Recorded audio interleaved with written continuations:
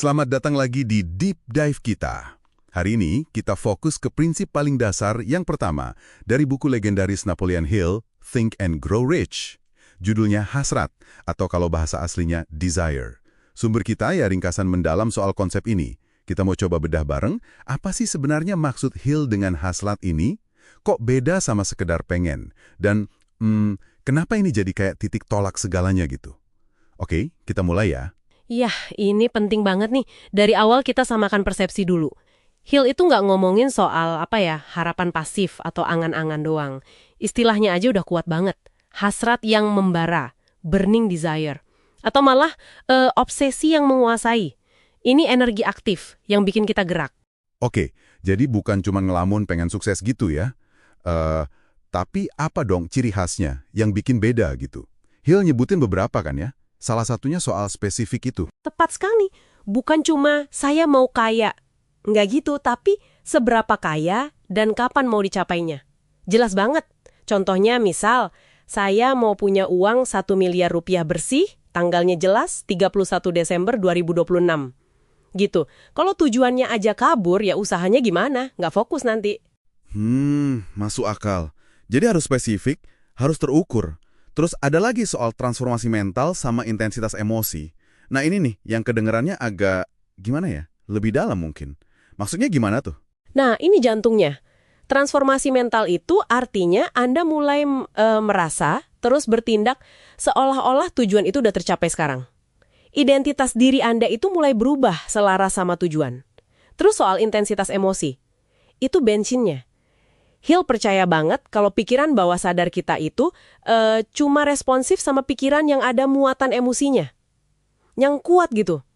Tanpa emosi, hasratnya ya mental aja, nggak nempel. Wah, jadi kayak pakai kaca pembesar buat fokusin sinar matahari gitu ya. Kalau energinya nyebar ya nggak ngaruh apa-apa. Tapi begitu difokusin, pakai emosi kuat, baru deh bisa ngebakar, bisa bikin sesuatu. Nah, itu analogi yang pas banget. Emosi itu yang kasih daya ledak ke hasratnya. Terus ini nyambung ke prinsip lain kayak keyakinan, terus kegigihan juga. Tanpa api emosinya ini, ya mesinnya nggak bakal jalan. Hill bahkan sampai kasih resep praktis ya, 6 langkah itu. Ini menarik banget sih, apalagi contohnya buat mencapai tujuan finansial. Langkah pertama, tadi, tentukan jumlah pasti uangnya, harus spesifik. Betul. Terus yang kedua, ini yang kadang orang lupa. Tentukan apa imbalannya. Maksudnya, apa sih yang bakal Anda kasih sebagai gantinya? Nilai apa? Skill? Layanan? Sukses kan bukan cuma nerima, harus ada kontribusinya juga. Ini penting loh biar konstruktif. Oke, jadi ada timbal baliknya ya. Terus, langkah ketiga? Pasang tanggal pasti. Biar ada deadline, ada urgensi gitu ya. Iya dong. Keempat, nah ini. Bikin rencana aksi. Nggak perlu sempurna dulu, yang penting ada langkah awalnya. Terus langsung jalan. Mulai aja dulu. Jangan nunggu siap banget ya. Oke. Kelima, tulis semua itu. Jumlahnya, imbalannya apa, tanggalnya kapan, rencana kasarnya gimana. Tulis jadi satu pernyataan yang jelas. Dan keenam, nah ini yang sering dianggap agak ajaib, tapi ini krusial banget. Baca pernyataan itu 2 kali sehari, pagi sama malam. Tapi ingat, bukan cuma baca tulisan loh ya. Anda mesti memvisualisasikan, membayangkan dengan jelas, terus merasakan emosinya. Rasain seolah-olah Anda udah mencapainya, udah punya itu sekarang. Wah, ini dia nih. Langkah ke-6 ini kayaknya yang paling menantang ya.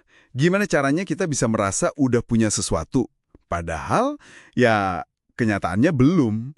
Apalagi kalau kondisi sekarang mungkin jauh banget gitu. Itu dia latihannya. Nggak gampang emang awalnya. Hill bilang pakai imajinasi kita secara sadar. Kayak aktor aja gitu, mendalami peran. Anda berpura-pura tapi dengan sungguh-sungguh. Libatkan semua panca indera pas visualisasi sampai perasaan itu muncul beneran. Nah, repetisi yang dibarengi emosi ini yang menanamkan hasrat kepikiran bawah sadar. Nanti dia kerja sendiri cari jalan. Oh, jadi ingat cerita si Edwin C. Barnes itu ya? Yang pengen banget kerja sama Thomas Edison. Itu kan contoh nyata banget ya, kekuatan hasrat ini ya? Persis, itu contoh klasik. Bayangin aja, si Burns ini datang modalnya nol, nggak punya kenalan siapa-siapa. Cuma punya hasrat yang, membara banget lah pokoknya buat jadi mitra bisnis Edison. Hill cerita kalau Edison sendiri tuh bisa ngerasain getaran tekadnya si Burns ini. Bukan pengen biasa, tapi kayak ada kekuatan gitu. Dan beneran kan, akhirnya mereka jadi mitra sukses. Ini nunjukin kalau hasrat kuat itu bisa nembus batasan materi. Keren banget sih itu.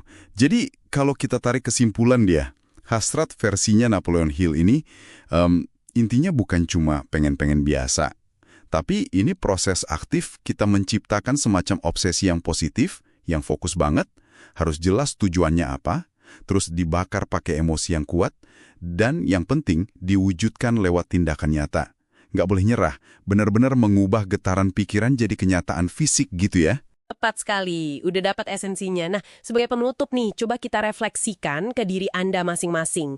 Pakai 6 langkah tadi deh sebagai panduan. Coba pikirin sebentar, kalau Anda diminta nulis satu aja pernyataan hasrat yang paling membara buat diri Anda saat ini, yang spesifik, bisa diukur, ada batas waktunya, kira-kira apa bunyinya.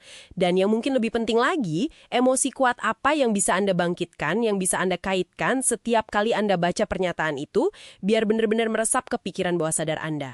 Nah, itu pertanyaan bagus buat direnungkan lebih lanjut.